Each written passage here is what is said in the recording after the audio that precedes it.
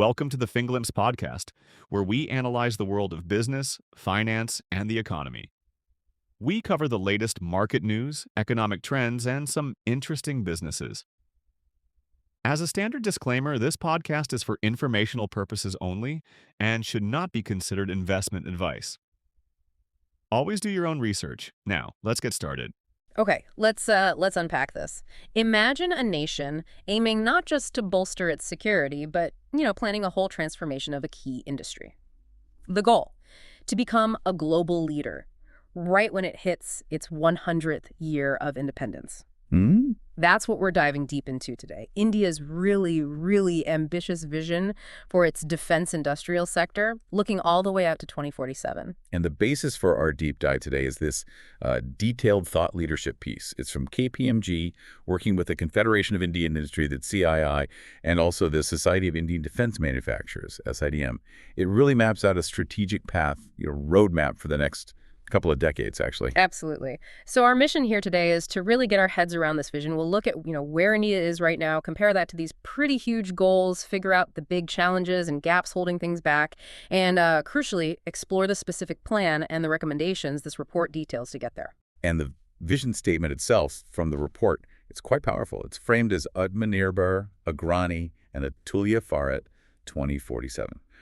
You can think of that as self-reliant, leading, and unparalleled India by 2047.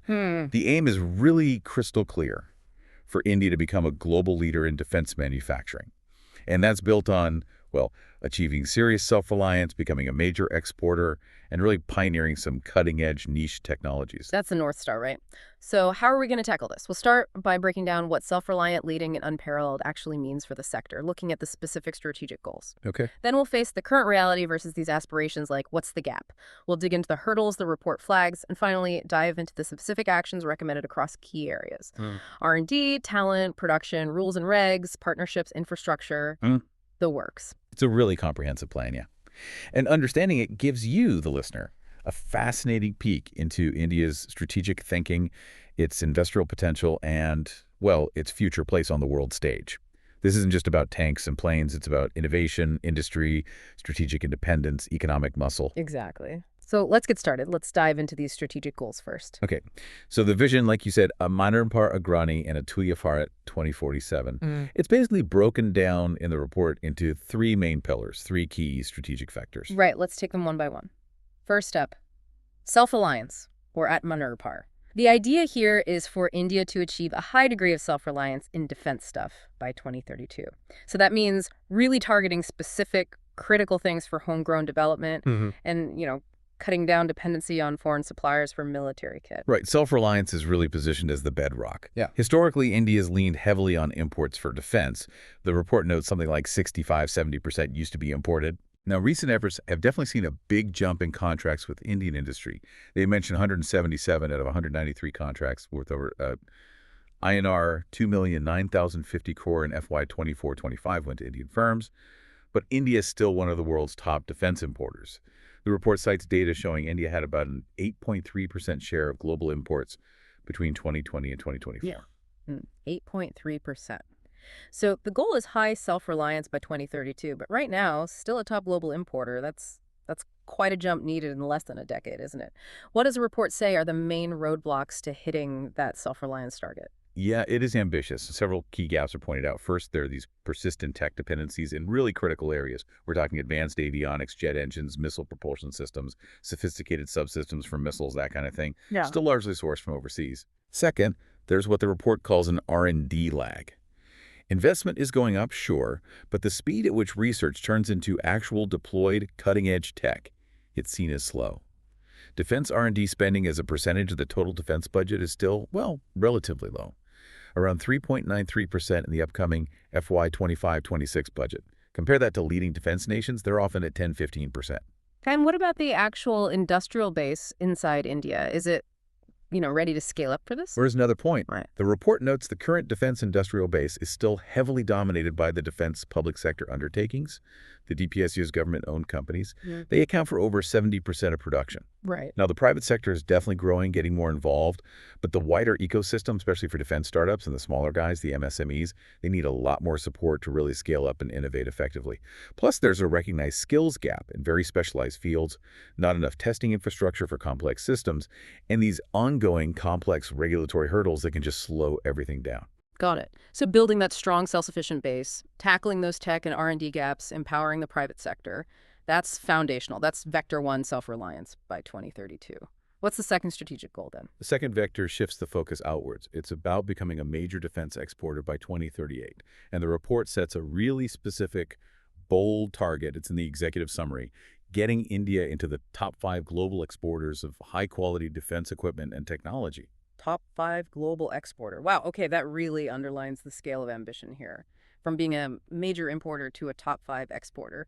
The report does mention some pretty impressive export growth already, though, doesn't it? Oh, absolutely. The trajectory recently has been remarkable. Defense exports have surged.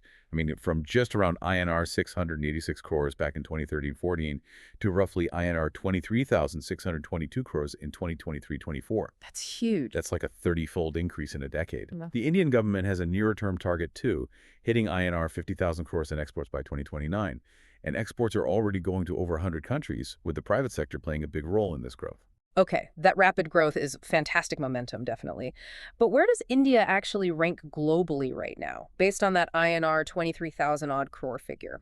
Well, according to the SFRAE data, which the report uses, India ranked 28th among global arms exporters in the 2020-24 period, with a tiny 0.2% share of the global trade. 0.2%, okay. Yeah. To give you some context, the current top 5, based on the same data, are the U.S. way out front at 43%, then France at 9.6%, Russia 7.8%, China 5.9%, and Germany 5.6%. Yeah. So yeah, getting from 28th with 0.2% into the top 5, aiming for a series share, by 2038, that needs a monumental effort. Right. It's not just making the stuff, but selling it internationally.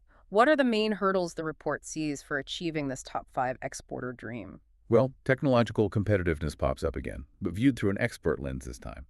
While homegrown products like the Tejas fighter or the BrahMos missile are big achievements, the report suggests that overall, Indian defense products aren't always seen as competitive internationally, especially compared to what the big players offer in areas like advanced jets or complex electronic warfare systems. There's also the ongoing challenge of consistently meeting those really demanding international quality and certification standards that global buyers expect.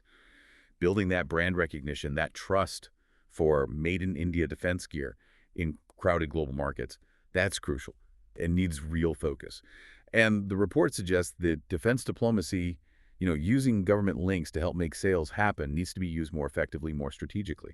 And I guess just scaling up production to meet potentially big international orders is another challenge. Absolutely. To fill potentially massive orders from overseas, India needs significant investment in infrastructure and a really substantial boost in production capacity.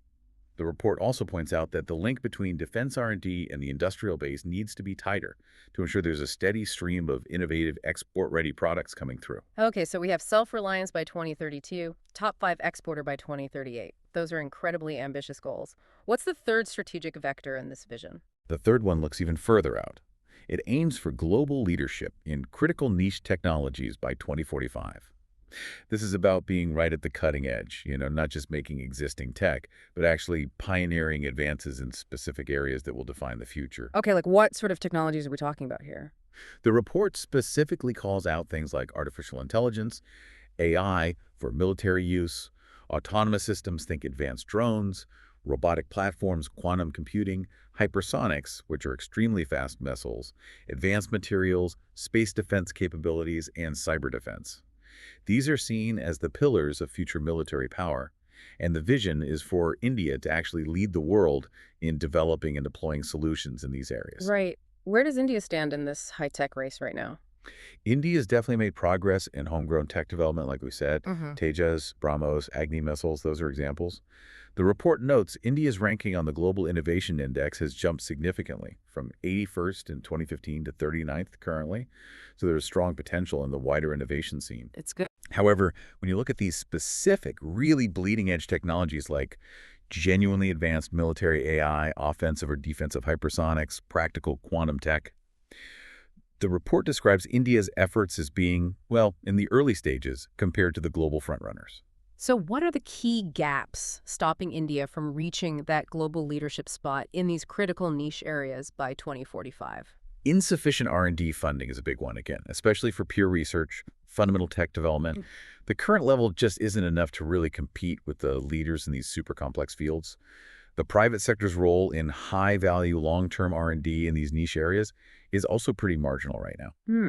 There's a sense of a limited long-term view in some R&D efforts, maybe focusing too much on integrating existing tech into current platforms rather than developing the foundational technologies themselves. And while government funding schemes like IDEX, that's Innovations for Defense Excellence, and the TDF, Technology Development Fund, are helping startups and early ideas, they often struggle to get those prototypes scaled up into large deployable production runs. And is connecting the dots, connecting the different players in the innovation system also a challenge? Yes, the report suggests the ecosystem is a bit fragmented. Collaboration between government R&D bodies like DRDO, the private industry, universities, startups, it needs more cohesion, smoother pathways to get ideas turned into actual products. Retaining talent and building skills in highly specialized areas, think microchip design, advanced software for AI or quantum aero engine tech, those are significant challenges. Infrastructure for cutting-edge R&D and testing needs updating and expanding. And those regulatory hurdles, specifically how government financial rules, the GFR framework, apply to R&D contracts, they're seen as hindering flexibility and speed. The report also mentions global collaboration in this space, doesn't it? It does. It notes that past international tie-ups often focus just on technology transfers, sometimes only allowing assembly or manufacturing without giving full access to the core intellectual property, the IP, or design autonomy. Right, just building someone else's design. Pretty much. So the report strongly suggests a fundamental shift is needed, moving away from just a technology transfer and licensing model towards a genuine co-development model with international partners. That would let India tap into global expertise while building its own capabilities and, importantly, jointly owning the resulting IP. Okay, so we've mapped out these three massive goals: self-reliance, export leadership, niche tech leadership, and identified significant gaps for each. Now, the report isn't just pointing fingers, it's laying out a detailed set of solutions. Let's look at those recommendations for building capability across those 6 areas you mentioned earlier, starting with R&D and innovation. Right. The cornerstone recommendation here is a major boost in R&D investment. The report recommends seriously increasing the defense R&D budget, aiming for at least 10% of total defense spending by 2032, and then pushing that even further to 12–15% by the 2038–2045 period. 10–15%. Yeah. To put that in perspective, the report notes leading countries like the U.S. put around 15% of their defense budget into R&D. It also suggests the defense industry itself should up its average R&D spend from the current level, which is roughly 1%, to at least 3% of revenues. And they suggest incentives like tax breaks and grants to encourage companies to do that. That's a clear financial target, a big increase. What other recommendations does the report make for really fostering R&D? There's a strong push to strategically focus R&D on those critical niche technologies we talked about: AI, quantum, cyber, hypersonics, and so on. It suggests setting up dedicated funds specifically for these futuristic areas. Okay. Fostering public-private synergy is seen as crucial, creating smoother collaboration frameworks between DRDO, the government DPSUs, the private defense firms, startups, and universities. Promoting indigenous R&D through financial incentives and expanding existing schemes like IDEX and TDF is also key, perhaps by adding more focused mentoring and making sure there are real-world testing opportunities with the military to speed up development and adoption. The report mentioned a specific framework to kind of structure these efforts, didn't it? Yes, it proposes a National Defense Technology and Innovation Framework, or NDTIF.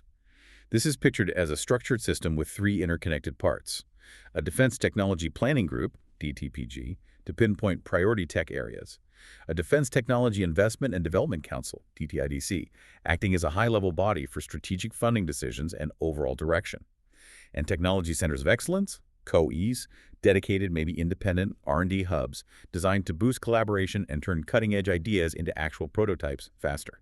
That sounds like a pretty joined-up approach, trying to drive innovation from idea to potentially deployment. What about talent and skills, which you flagged as a gap earlier? Yeah, a highly skilled workforce is absolutely essential for this vision, especially for those high-tech areas. Recommendations include working closely with universities and colleges to set up specialized defense tech programs, offering attractive scholarships, fellowships, internships to pull in top talent, putting in place structured apprenticeship programs that mix classroom learning with real industry experience, and ensuring continuous training for people already working in the sector. And how does the report suggest actually attracting and keeping talent, particularly skilled Indians who might have gone abroad?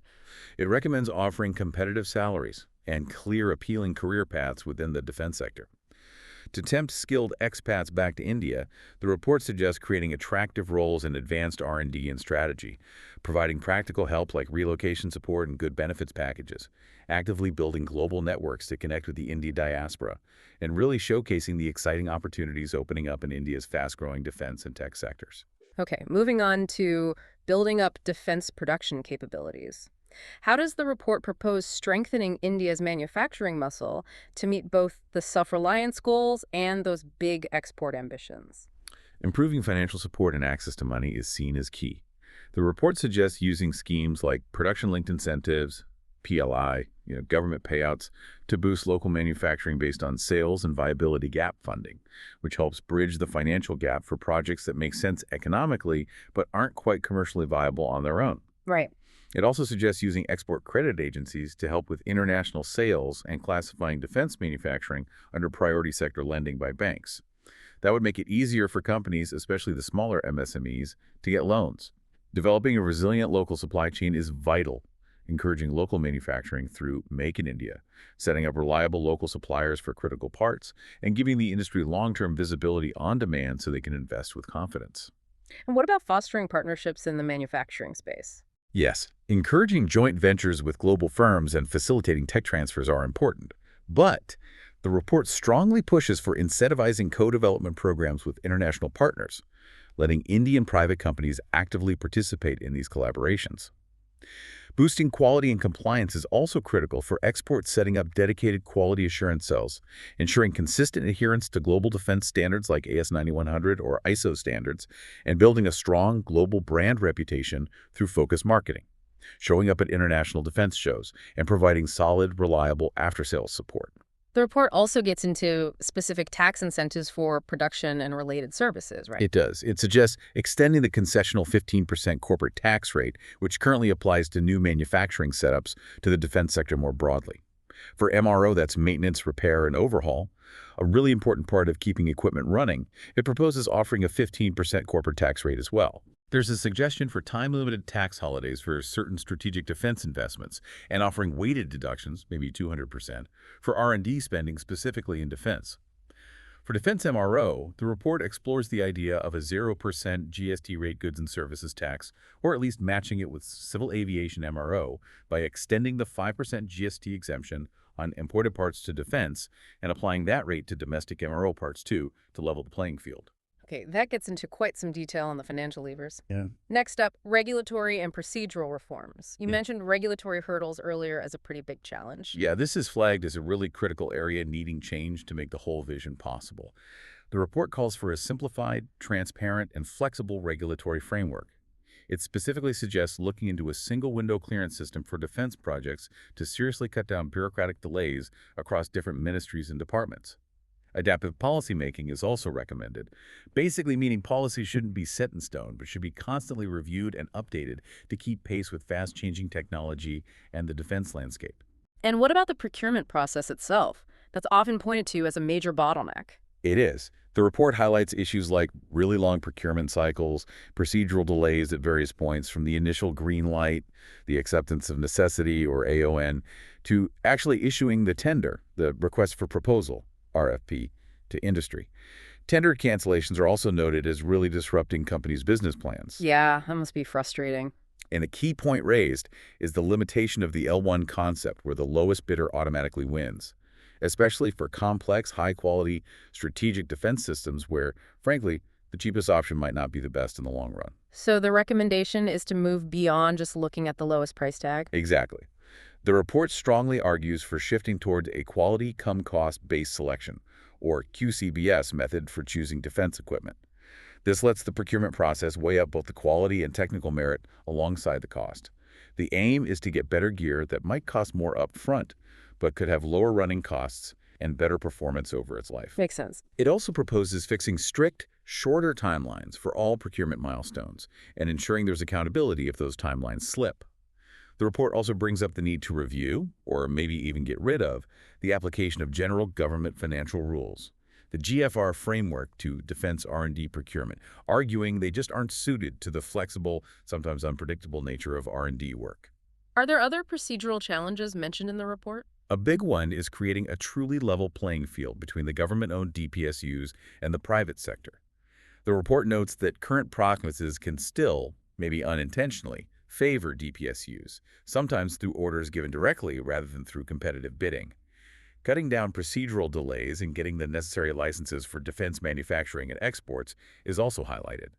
And strengthening intellectual property, IP protection, and sorting out complex legal issues, including for foreign original equipment manufacturers, OEMs, the companies that originally designed the gear that's seen as crucial for attracting advanced tech and investment. The report also drills down into indigenous content, or IC. Yes, it points out challenges with how indigenous content is currently defined in the Defense Acquisition Procedure 2020, DAP 2020, which is India's main rulebook for defense buying.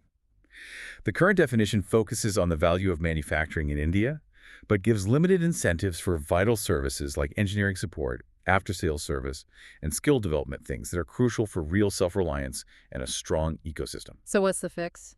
Recommendations include broadening the IC calculation to include the value added by these services and applying multipliers for sourcing domestically from MSMEs or companies based in the designated Defense Industrial Corridors, DICs, to really encourage a strong local supply base. Okay. What about strategic partnerships and collaborations, both internationally and domestically? The report really emphasizes strategically using collaborations, both abroad and at home. Internationally, this means boosting strategic partnerships and tech agreements with advanced countries, but specifically focusing on those co-development programs we discussed earlier, where technology is developed jointly, rather than just aiming for simple technology transfers. Actively participating in global research initiatives in those niche tech areas is also seen as key. And how to improve the actual process of getting technology flowing, either from these partnerships or from domestic R&D. Speeding up technology transfer, POT mechanisms, from DRDO to private industry is needed to get homegrown research commercialized faster. Developing streamlined, predictable processes for TOT and providing incentives for private companies to get involved in those co-development models with joint IP rights are also proposed. The report reinforces that point that past collaborations haven't always delivered the desired strategic outcomes if they were just limited to assembly or licensed production without full access to the core IP. Hence the big push towards genuine co-development. Right. Finally, infrastructure. What does the report recommend for strengthening the physical and digital backbone needed for this whole vision? Investing heavily in and expanding world-class testing, simulation, and certification facilities is crucial. This means boosting not just the number of facilities, but also their capabilities, especially for testing those emerging niche technologies. Fully getting the existing Defense Industrial Corridors, DICs, in Uttar Pradesh and Tamil Nadu up and running is key, attracting large defense companies to act as anchor units within these corridors to help build up vibrant ecosystems of smaller suppliers and vendors around them. And modernizing the actual production facilities themselves. Absolutely. Adopting advanced manufacturing technologies like additive manufacturing 3D printing is recommended to boost efficiency, enable complex designs, and improve overall capabilities. There's a need for regular upgrades of existing facilities to stay competitive and really lead in state-of-the-art manufacturing. And lastly, beefed up cybersecurity measures are absolutely vital across the entire sector. Integrating advanced cybersecurity into all defense strategies and adopting cutting-edge IT solutions is paramount, recognizing that the future battlefield is increasingly digital and cyber threats are, well, critical. Wow. That is quite the comprehensive blueprint laid out in this report. It covers everything from R&D labs to factory floors, international markets, and the digital realm. It really is. The vision at Atmanirbhar Agrani Atulya Bharat 2047 sets out those three very clear and frankly incredibly ambitious strategic vectors. Achieving enhanced self-reliance by 2032, becoming a top 5 global defense exporter by 2038, and achieving global leadership in critical niche technologies by 2045. And the sheer scale of that ambition is really driven home by those specific 2047 targets mentioned in the report, projecting India's defense budget could potentially hit INR 31.7 lakh crore, defense production valued at INR 8.8 lakh crore, and defense exports aiming for a massive INR 2.8 lakh crore. Just think about that export number from around INR 23,622 crore now to INR 2.8 lakh crore. The goal for R&D spending is also huge, aiming for that 10–15% of defense expenditure. And as we've gone through, it's much more than just setting targets. The report provides a detailed, multi-pronged roadmap. It outlines actions across R&D, talent development, production capability, major regulatory reforms, strategic partnerships, and infrastructure. We looked at recommendations like setting up that NDTIF framework to streamline innovation, specialized talent programs including actively trying to attract expats, boosting financial support for production, simplifying and speeding up procurement by moving to QCBS, and exploring single window clearance, really emphasizing that shift towards co-development and partnerships, and critically upgrading testing facilities and getting those defense industrial corridors fully active. Yeah, this deep dive really underscores that this vision isn't just about churning out military hardware. It has huge implications that ripple out far beyond the defense sector itself, driving tech advancement across the board, potentially fueling major economic growth, fundamentally strengthening national security in what's, let's face it, an uncertain world, and significantly reshaping India's role and influence on the global stage. It's about building an entire interconnected ecosystem of innovation, industry, and strategic capability. Exactly. It's a strategic push for India to move decisively from being primarily a major buyer and assembler of defense tech to becoming a significant global creator, innovator, and leader in the field. So as you think about all of this, the incredible scale and scope of this 2047 vision, here's a provocative thought drawn directly from the report's material for you to mull over. The report strongly emphasizes that achieving leadership in critical niche technologies by 2045 will heavily depend on mastering domains like AI, cyber, and quantum computing, areas often described as non-kinetic warfare. Now, India has a huge asset in its large and young STEM community, but how challenging will it really be for India to not only develop and master these incredibly fast-moving emerging technologies, but perhaps even more critically, to be the nation that actually defines the doctrines, shapes the strategic thinking, and builds the operational solutions for future conflicts in these complex digital and quantum realms? How does India make the leap from being a technology user or even a developer to becoming a true technology and doctrinal leader on the global stage? Something to think about as this ambitious vision unfolds over the next couple of decades. That's all for this episode of the FinGlimpse podcast. If you found our discussion insightful, please consider subscribing and leaving a review. We'd love to hear your thoughts and suggestions for future topics. Until next time, stay informed and make smart decisions. Goodbye.